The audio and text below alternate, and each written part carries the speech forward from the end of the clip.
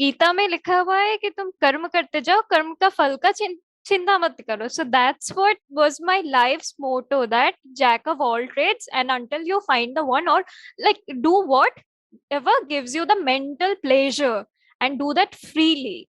Like you want to do this, you can do this, just do this. That was my motto till today. Like I was a cultural person, I was a sports person, I was a nerd, everything.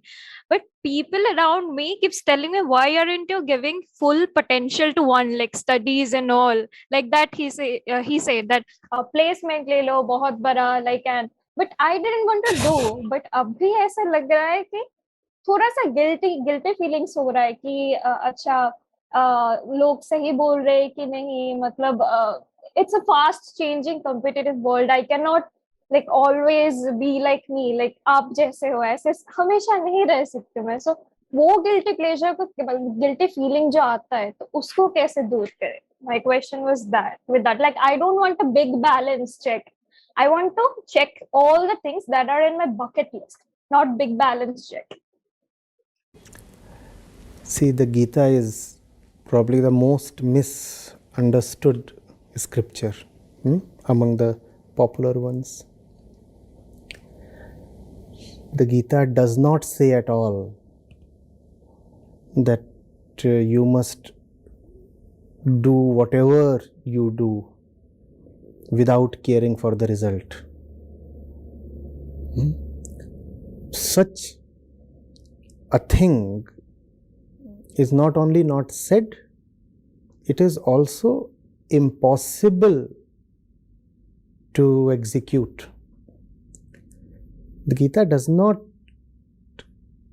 ask you to just randomly follow your whims and desires. First thing it says is, do not do anything for your personal pleasure or gratification. And when you do not do something just for your personal pleasure or gratification, then and only then will you be able to execute it without bothering for the results. As long as you are doing something for your own benefit, in your own self-interest, it will be impossible for you to not care for the results. You will be result oriented, because to the ego, to the common actor, the result comes first. You first covet a result, and then you initiate an action to achieve that result.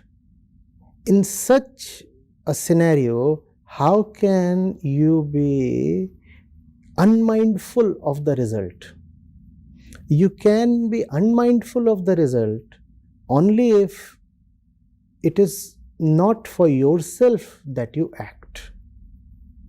So the Gita is not at all telling you to follow your pleasures or your interests in a free and indiscreet fashion.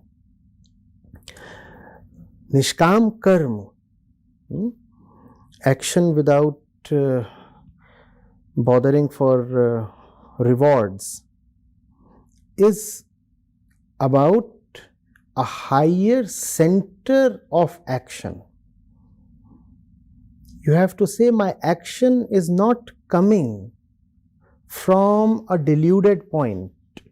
My action is not coming from blind desire. My action is coming from a higher point.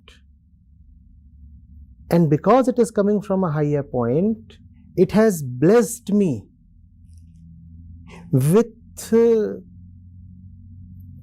detachment for the results.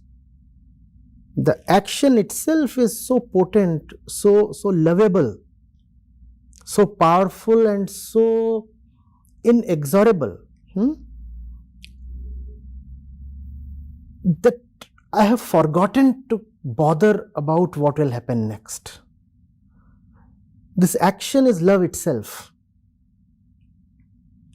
How can I ask for what will happen tomorrow when today itself is so beautiful? That's what the Gita is saying. The Gita is not asking you to make a mess of today and then say, I do not care what happens tomorrow. But mostly that's the way people misinterpret and misuse the Gita. That's also the way so many popular gurus have sold the Gita. It's very harmful. First thing, right action. Only right action can give you detachment from the result of action.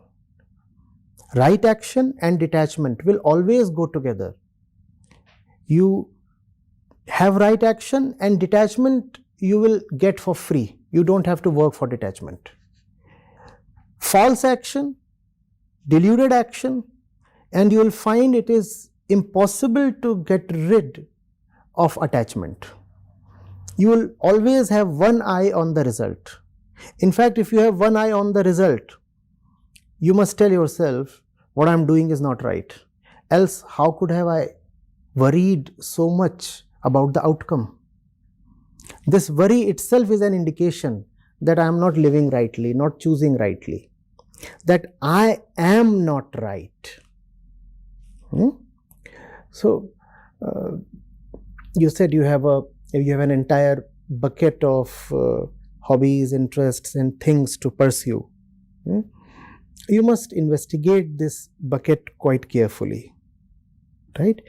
In this bucket, you might find gems, and they are worth cherishing and nourishing. And in this bucket, you also might find trash. Obviously, you must throw it away. No point keeping gems with trash. So have discretion first. Figure out what is worth doing. See that a lot that we decide to do or pursue is just conditioning.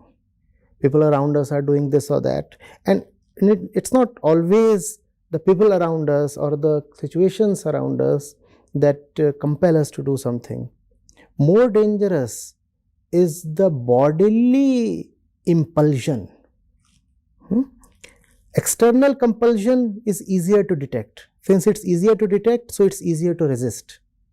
Bodily impulsions, inner slavery, is more difficult to detect because it is inner. Because it is inner, so we feel it is our own. We do not call that compulsion as a bondage at all. We start calling it as an internal desire. Please see that a lot of what we call as desire is not actually internal. It might be bodily, physical, hormonal, social, situational, whatever. Once you get rid of a lot of things that just need not be pursued, you will be left only with the gems. And those gems deserve all your attention, all your love. And the added benefit that you get is freedom from worries. You don't want to worry whether the sun will rise at all tomorrow. Today is sufficient because today is extremely occupied. Today is so lovable that it has enveloped you completely. You are left with no time, no space, no need to worry for tomorrow. And that's a beautiful life. To live for the day. And I also believe in one thing, that we have two births. One birth is the normal birth, and the second birth is a birth when we know that what is the purpose or what is the higher purpose of our life. Yes, go for the second one. But I have to try, to find the purpose. I have to try different things. You have to try very, very hard, very, very hard. And you have to try without being attached to any of the trials. You have to remember that these are mere attempts. They should not become fixations. When you are experimenting with something, the experiment is not the conclusion. So let the experiment, let the trial remain a trial. Do not get possessed or fixated. Keep moving on, and surely one does come to something that is worth giving one's life to. There, do give your life.